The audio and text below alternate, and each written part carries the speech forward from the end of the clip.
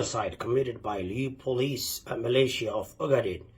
aided by Ethiopian forces, against the Somali innocent civilians, especially Marehan tribe, residents in Gorehe and Dolo. Let us watch.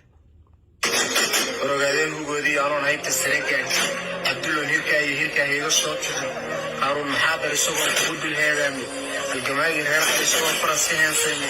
حتى وليد الجولات من هول كلا شيء وكاهير فوق كابو تيسوهم بقولي تيران بقى رسيت شيء هول الصوت أولياء ربك سوى تاير الحيرين ونحن بوليس الدين هاي الإسكالي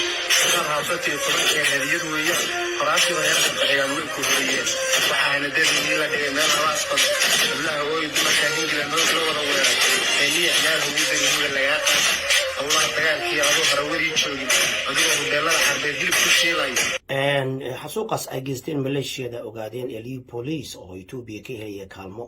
These are the kuwan waxa weeyaan walaalayaal waa qaxootigii the refugees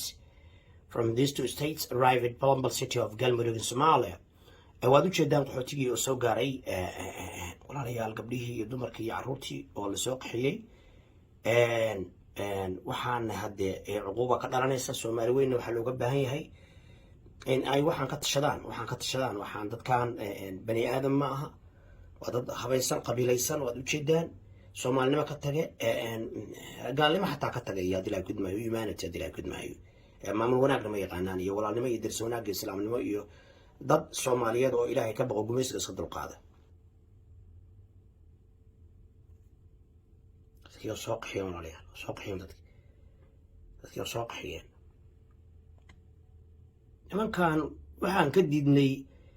inaan lugaha u dhaqno Tigray iyo Amxaar waa lugaha u dhaqaya Amxaarka iyo Tigrayga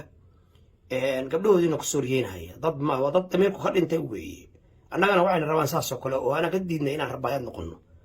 That's why adilaa gudmaayo adartan magaalooyin tuulooyinkoodii degmooyinkoodii magaalooyinkoodii xiriye waxay ka dhigteen